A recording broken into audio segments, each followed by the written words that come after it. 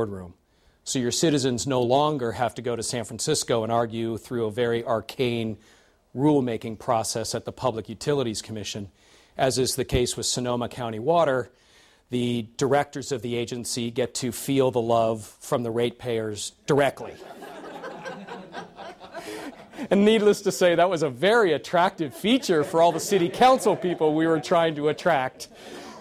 People would scratch their head and say, well, wait a second, Charles, so you're saying that I get to add another meeting at least for a night a month to be part of a new agency I didn't even think about when I ran for office, and rate setting is done in our boardroom. I've heard about you guys at Marin Municipal Water getting screamed at. Well, it sounds like fun. I'll get back to you on that one.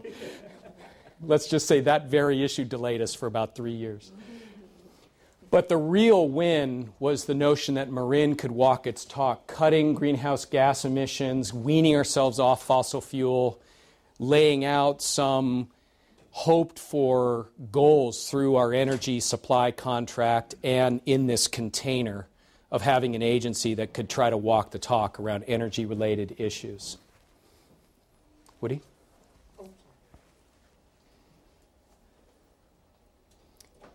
So as you can see, our 8 years of life has been long and involved, and I won't belabor this history, but the opportunity to pursue Marin Clean Energy, which is our version of CCA, was enabled by AB 117, passed back in 2002, that basically allows a jurisdiction to aggregate its customers for the sake of the generation side of providing electric power to our homes and businesses. Any city or county can do this. If you're big enough as a city or a county, you can do it all by yourself. So Oakland, for example, was investigating it and claims they're going to come back and investigate it yet again since Marin survived. Richmond is looking at it as an individual municipality. Arcata wants to join the Marin Energy Authority.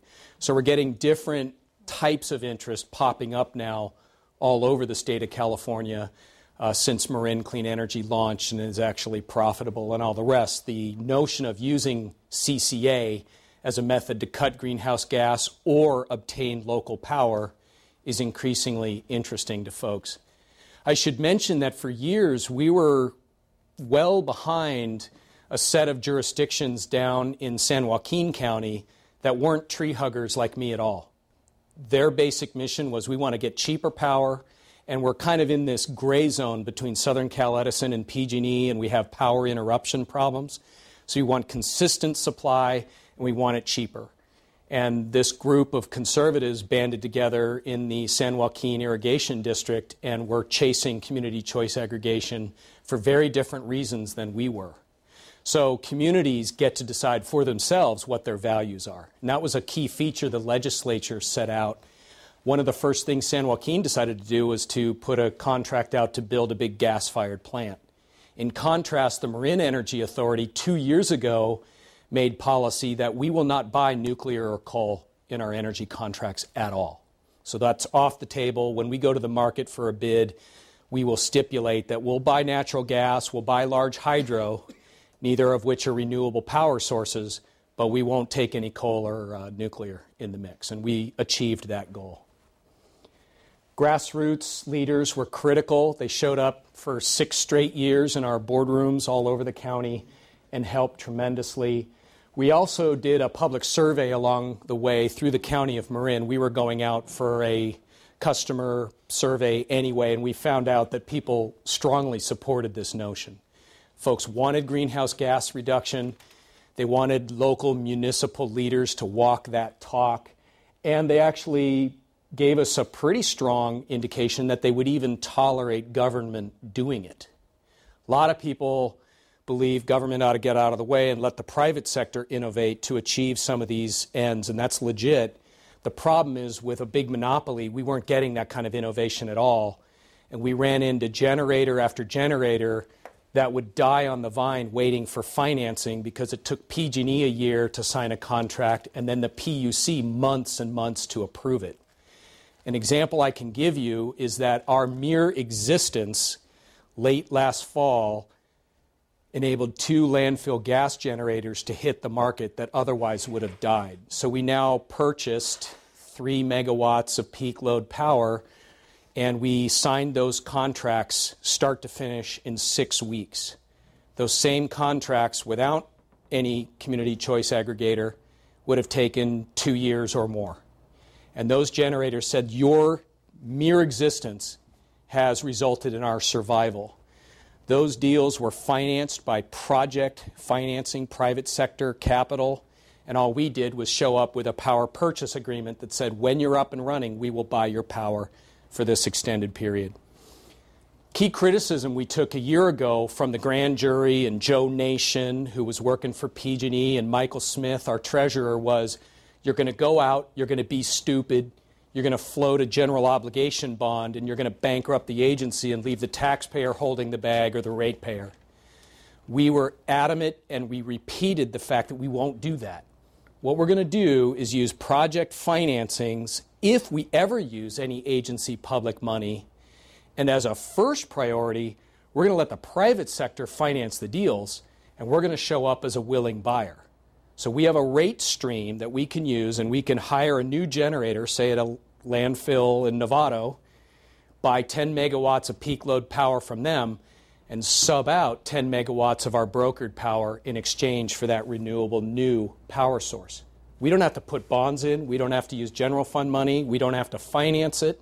We could if we want to, but with a precautionary financial management approach, we're going to let the private sector finance those deals. And the fact that we can make decisions quickly, bring them to our local boardroom, get permission from our people to do the deal, we can book those deals in a couple months. And that same opportunity could take 2 to 3 years under the status quo. So our point of view as a government was we can actually contribute to innovation in the market. We can actually help deals happen. We can help the private sector innovate. We can actually be a force for good. Even though we're government, we can be a force for good to stimulate private sector investment in these renewable project deals. And in less than a year of supplying power to our citizens, we've already proven that twice. So we're off to a good start.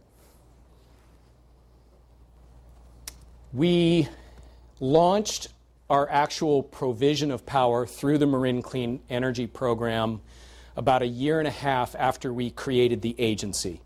So we formed the MEA in December of 2008 with 8 of our 12 jurisdictions. 4 cities decided not to play.